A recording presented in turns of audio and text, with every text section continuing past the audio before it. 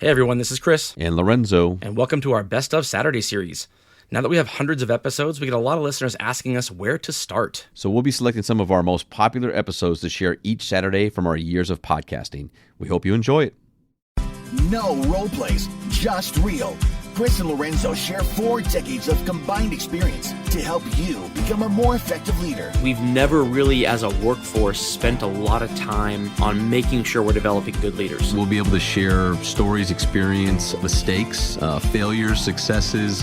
This is Hacking Your Leadership. Welcome to Hacking Your Leadership. I'm Chris. And I'm Lorenzo. And Lorenzo, on today's episode, I want to talk a little bit about something that we addressed on our last live show. And, you know, we've had 2 live shows so far, and they have been, we've gotten great feedback on them. I was definitely hesitant, and I should have listened to you. You were right. It went perfectly fine.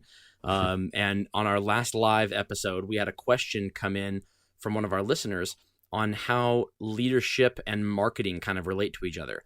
And I think it was a good question, but it led into something that we started talking about briefly, and that I felt like I should have addressed more, that we should have talked about more, but we were running out of time and we wanted to move on. And so I want to bring it up on tonight's episode because I think it's really valuable from a leadership lesson standpoint. And that's the concept of chameleon leadership, as you put it. And I'd heard the term before, but you're the one who said it on the show. And it is basically what you think it is. It's just the ability for a leader to kind of seemingly change who they are, their values, what's important to them, at the drop of a hat, typically based on their boss changes. So they change who they are. And it can be an element of self-preservation, right? It could be a leader could be doing it because they feel like their job is in jeopardy. I know I mentioned on the live episode when I've seen it in the past, it's typically because, you know, a lot of times when a boss comes in, they'll bring their own people. You know, they slowly but surely start bringing their own people in. So it's a natural inclination for those who are in position already to try to be whatever the boss needs them to be so that they're less likely to get replaced. But either way, there's a lot to go into when it comes to this. And I first want to ask you, you know, what examples you've had in your life, in your professional career, when it comes to chameleon leadership and how you've dealt with it. There's always change. Change is the only constant. So having new bosses, having new direct leaders, like that happens quite often. It's actually really rare to have the same direct boss for maybe more than 5 years. Like, you know, that just seems to be a number where people move on in regards to getting promoted, or they move on to other opportunities, and all of that. So I think you're being generous with that 5-year number, actually. Right. Yeah, absolutely. Yeah, usually a little bit faster than that in a lot of cases. But I think there's a natural element where you want to be able to, you know, make your new boss happy and follow, you know, direction, and, you know, show up and really connect with them in regards to how they see leadership and the things that they expect. I think why I brought the term up and why I think it's great that we're talking about it is that it's a real thing, and it's something that you usually see many times in those that are first getting into a leadership role, because a lot of times in that journey, you know, you get promoted by somebody. It's really rare that you get a promotion into an organization at a level that you've never held before. So it's not like all of a sudden, hey, you've never been a manager, so we're going to go ahead and hire you as a manager. That's very rare. Usually those things happen in the same organization that you work in. You've been there for a while, and you've got good personal relationships with people. And so when that happens, you tend to take on a lot of the leadership approach and leadership theory of the person that you worked for in that time when you got promoted. You know, so there are, you know, when that happens, there tends to be this feeling of that's the only way to do things, or, you know, my direct leader helped me to get this promotion, therefore how they do things is the right way, and that's how I'm going to do things. So many times when you know, as you brought up, when that leader changes and now all of a sudden you've got somebody who is, you know, gotten promoted, they've had this role, they've worked for this one leader, and now it's kind of the second leader in their career, or maybe third leader in their career, that is where they go, okay, so how do you want me to do things? And then they start doing things their way. So that's when you kind of start to see some of that chameleon leadership happen. I think where it becomes a really a big detrimental element to the team, the organization, or the culture is when it's not just the behaviors that shift, but then even like the values that they hold, or you really start to see them almost as if they're a completely different person. Not just maybe they're more directive because that's what the new leader has, or maybe they're more analytical because that's what the new leader has.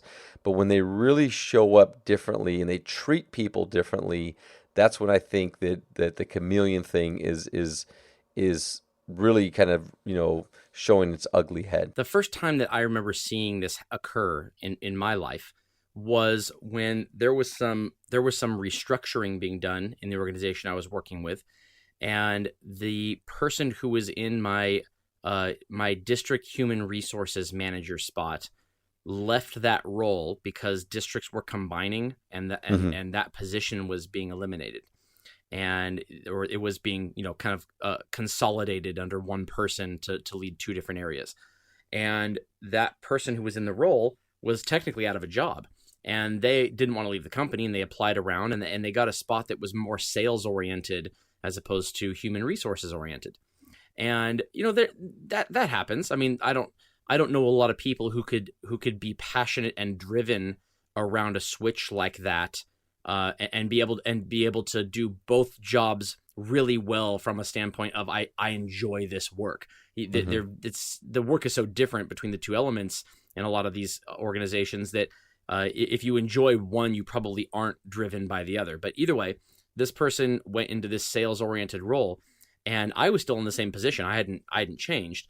And the first time I sat down and had a talk with this person, like a one-on-one, they were going over what was important to them. What was important on the scorecard that I was expected to leverage or manage or make sure the numbers were good on. And there was one line item on the scorecard that they kept referencing, they kept referring back to. And I won't even say what it was. It's not important at this point. But it was a word I'd never heard before. The name of the line item was something I'd never seen before, I never heard before. But they kept hyping up about how important it was and how much it was. That was the measure of success, was this line. And I finally just said, I apologize if I don't know this. What does that mean? I've never heard the term before. Can you tell me what it means? And they were stumped. They didn't know what it meant either. And it was clear at that moment that they had gotten out of a meeting with their direct boss, who said, this is what the goal is, this is what we're moving towards, and this is what the numbers are to push. And instead of this person or anybody else in the room pushing back and saying, hey, can you explain what this is? They just said, yes, boss, and they left to go disseminate the information to the next level down. And, it's one of those things where they instantly lost credibility in my eyes, like immediately, and a lot of it. And I don't know if they ever knew how much it hurt their ability to lead me because of their inability to answer a simple question on something that they had proclaimed as being of the utmost importance. But they showed their true colors right there. It was a moment where I went, oh, you don't care about really anything. In fact, I'll be honest, looking back on it, it devalued any of the work they did around human resources before they took the new sales role, because it led me down that path where I started to question all the passion they had around the previous role as being, well, maybe that's just what their boss wanted them to do. And so I think a lot of leaders out there, they don't realize how much it hurts their credibility when their people see them change on a dime like this. Yeah, and I think to your point, like the on the dime piece, because I think that over time, you evolve as a leader. Over time, we've talked about it many times on this podcast, the mistakes that we've made, the things that we've done, how we look back and then have greater perspective now and we would have done things differently. So I think over time, you can get away with that. You can talk about how you've changed and how you've adjusted your leadership style based on more information, more perspective, more leadership.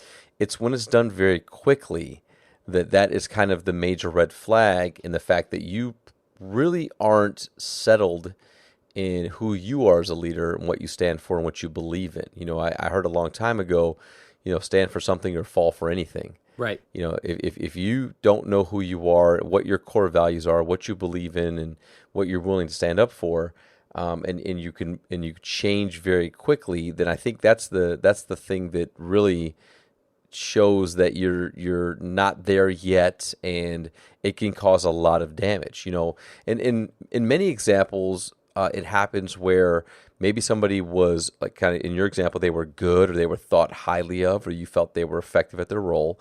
Then there was a change, and now they're not that anymore. And you go like, oh wow, like okay, that's different, right? And you start to question the work that they've done. I've also seen it the other way, where somebody was good or mediocre, or they were aligned, and they did a good job, and then a leader changed, and now they are, all about these large theories. They're all about people development. They're all about all these things that they were never really about before. So what you're saying is they seem to be less about performance-driven leadership and more about values-based leadership overnight. Exactly. As an example, right? Like last week, what they cared about was how productive we were, and on all these numbers on the scorecard. And now this week, they're like, oh, no. It's really all about the behaviors. Like, if we do the behaviors right, we develop our people, like, all that will come. And you say, well, wait a minute. The only thing changed between last week and this week was you have a new boss, right? That's what's changed. Right. And now all of a sudden your message is completely different. And again, over time, if that message was to evolve, if that person was to approach the work and have conversations and talk about, you know what, like, this new leader has really provided me with a different perspective that I've never thought about before, and I want to share that with you as my employee, and share with you how I'm seeing this work differently, and this is the leader that I want to be. And you do all of this work to bring people along on the journey.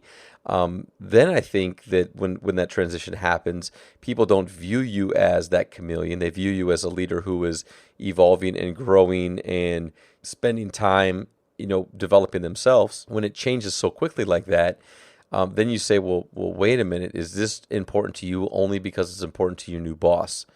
And again, if that's the case, then are you being genuine? Are you being honest? Is this really who you're going to be? Because what happens if that boss changes again, or another priority happens? Are you going to change on a dime again? So I think that the time frame is critically important to understand whether or not somebody is truly, being who they are, or they're utilizing, or they're this kind of chameleon type of leader. Right, and I don't know there's a set amount of time that is the right amount of time. We can agree that tomorrow is too soon. Like, it's right. No one changes who they are in a day unless it wasn't a real change, or unless they stood for nothing ever and they're just always looking for whatever their boss looks for. But on the flip side, leaders who don't manage to evolve and become more values-based and become, rooted in something more important than just the numbers on a scorecard, if it takes a year to do that, they're probably out of a job. Mm-hmm. Their new boss is probably not going to tolerate whatever that old way of doing it is for an entire year. There's going to have to be some growth or evolution, assuming it's for the positive. So it's one of those things where, you can't define how long it's going to take. It's different for each person. You kind of can't define it, but you know it when you see it. But I'm glad you put it in those contexts, because we've always heard the term, fake it till you make it, right? Yeah. I've heard that term before. I've been told that before by a boss who said, I know this isn't your forte, but you got to fake it till you make it. And a lot of times when you're talking about leading people, if the change is for the better, your people aren't typically going to call you out on the change. Even if you change on a dime, if you went from this micromanaging, overbearing, lead based on the scorecard, the outcomes only, to all of a sudden you get a new boss in, and over the period of a few days or a week or two, you're now all of a sudden values based and all about psychological safety and making sure your people have the best work environment possible and that everybody's engaged. Those are positive changes from the standpoint of your employees. So while some of them may be thinking in their mind, this isn't really who they are, on the flip side, they're not going to look a gift horse in the mouth. And if you are doing that, you probably are faking it till you make it. Mm-hmm. But I know leaders who have done the whole fake it till you make it thing, and over time they make it.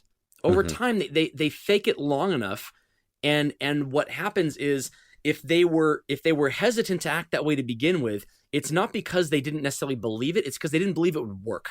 They didn't believe they would retain the ability to lead or to get the job done if they started leading this way. They weren't confident in it. And if they fake it long enough, they start to get validated by the behaviors of their team, is that, you know what, this way that you're being now, you're going to get more out of us by acting this way. And I've seen leaders who go through this evolution that happens in their own selves, even though the outward behavior happened what it seemed like on a dime. The internal transformation might have taken months, but it happens behind the scenes, and the actions they're going through from the people standpoint are just kind of a, hey, you know what, I am a chameleon. I'm owning this. I'm doing what my boss says I should do, but I'm taking a leap of faith here. I'm putting trust in my people, and I'm hoping this is going to work out for me. And then over time, it does end up working out for them. So I don't want to let our listeners believe that I think that a change on a dime is always a bad thing. It could be part of the learning curve for people.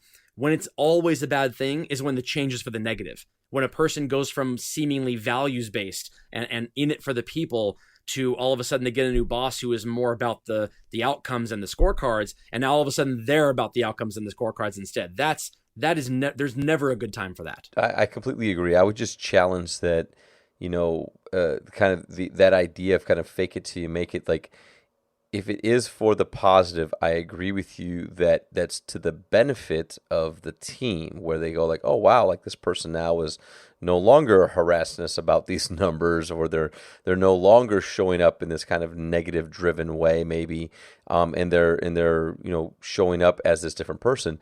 I don't know though, in this day and age, that you can fake it until you make it. I think in this day and age, people recognize the fact that you are different, that this is probably a result of the new boss, and they will view you as that and say, like, I remember when, right? Like I know this is not really you. So I think the only way, and you said at the very end there, I think the only way to actually make these adjustments when a new boss comes in and you're adjusting, how you lead to kind of match that expectation, I think the only way to win in this scenario, or at least progress positively, is to bring your team along on the ride and to share with them verbally what's going on, how you're feeling, what this looks like, and saying things like, you know what, I need to sit down and talk to you because I probably need to apologize.